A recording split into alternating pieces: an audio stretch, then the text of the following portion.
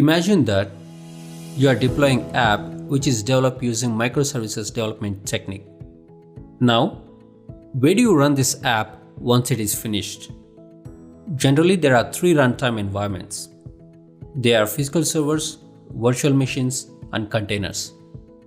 So now, it's time to compare those three runtime environments. Hello and welcome to comparison of physical servers, VMs, and containers. So next few minutes, I'll try my best to answer to all your questions or related to this topic in this video.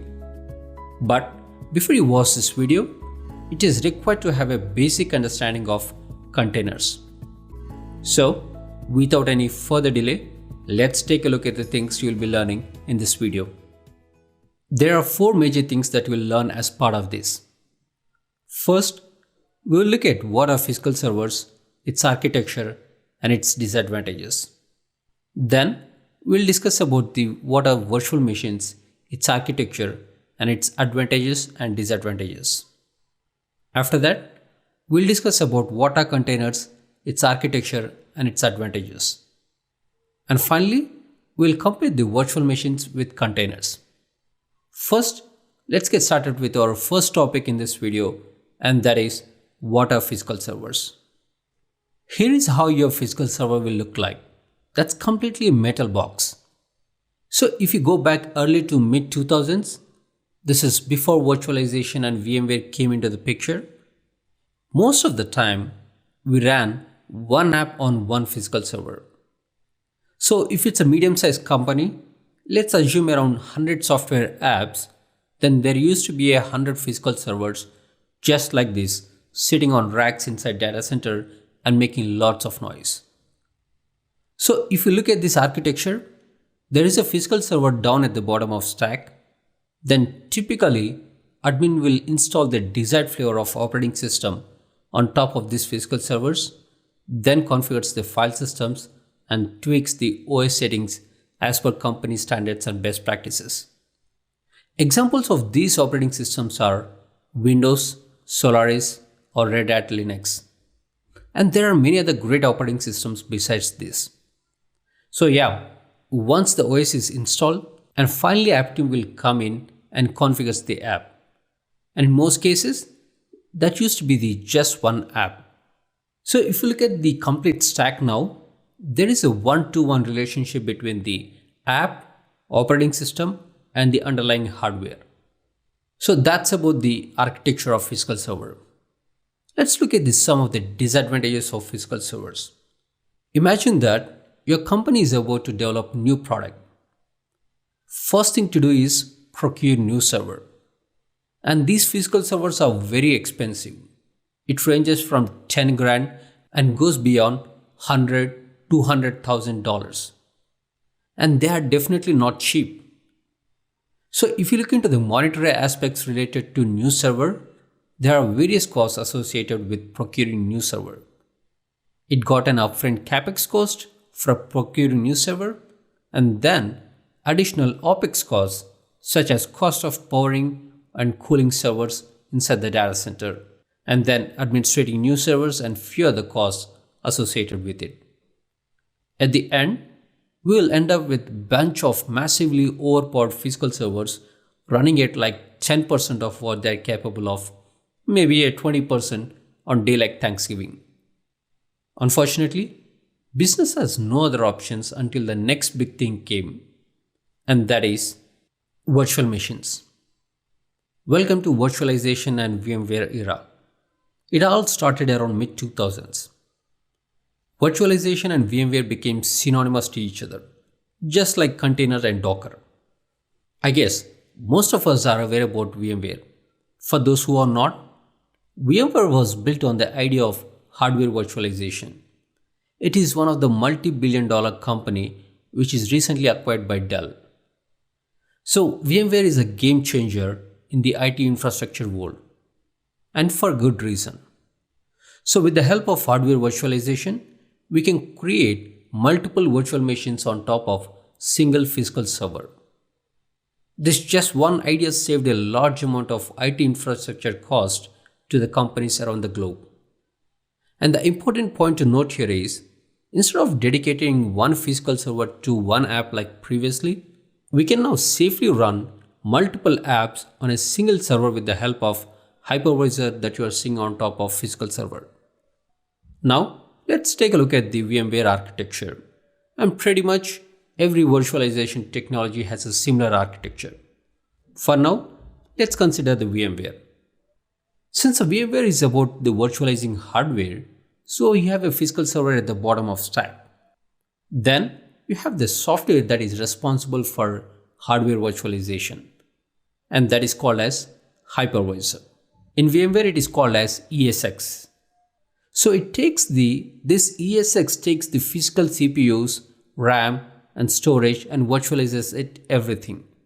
Once that is done, you can create multiple virtual machines on top of it. So each VM consists of one full-fledged operating system running inside the VM. It treats and thinks in the same way as a physical server. So if you look at the relationship part right now, you have one-to-one relationship between the OS and the VM, and many-to-one relationship between the virtual machines and underlying hardware. As a result, we can run multiple apps on one physical server. However, there are still some drawbacks of virtual machines that pushes us to consider about containers. As you can see, with the help of hypervisor, we can virtualize the hardware, but you have the operating system. Each of these VM needs its very own dedicated operating system.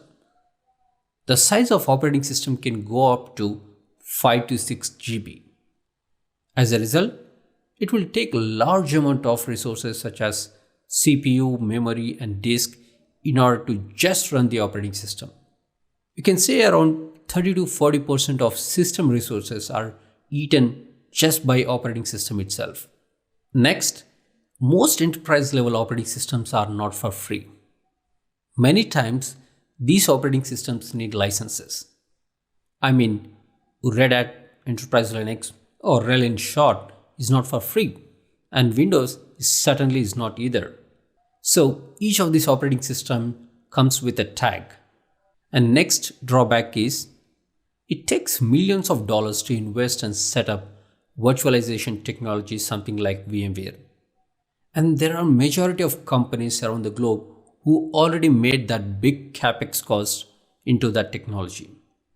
And next drawback is to maintain this operating system and virtualization, we need a dedicated team of admins and engineers.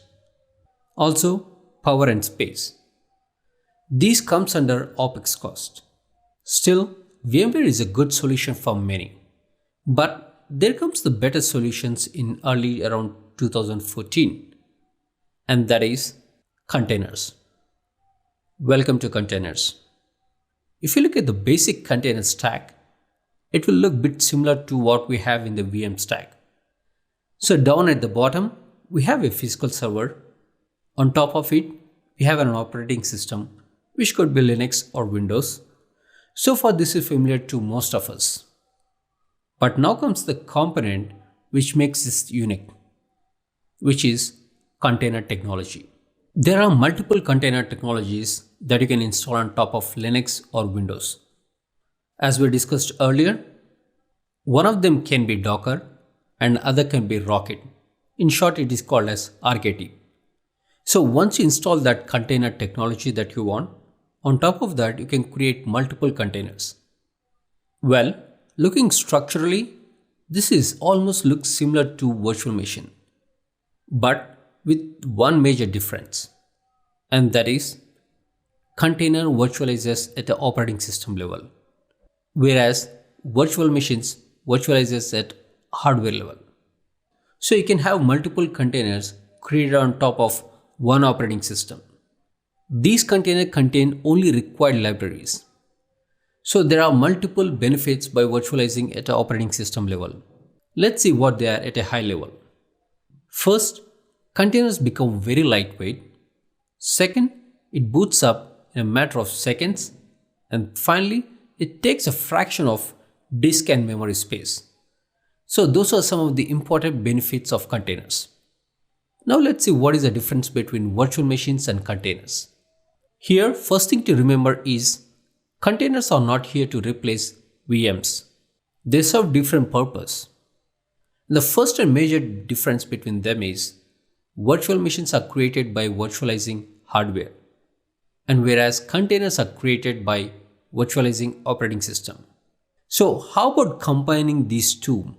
I mean, created containers on top of virtual machines so that you get the best of both worlds, like virtualizing at both hardware and operating system level.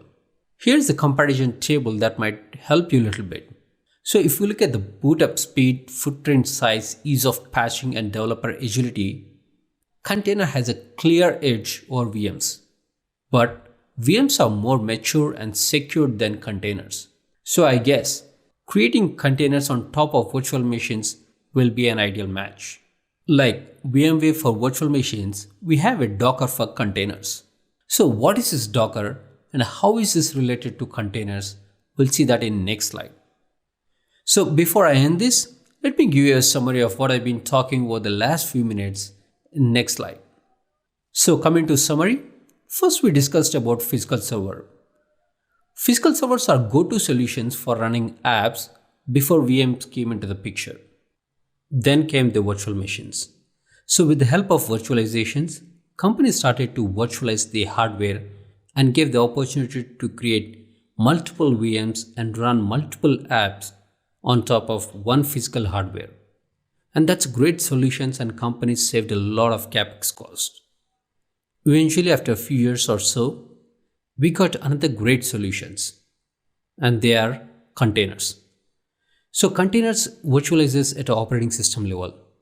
So you can create and run multiple containers on top of single operating system. As a result, we can effectively use system resources and decrease the boot time and many more advantages to it. Then we compared the virtual machines with containers.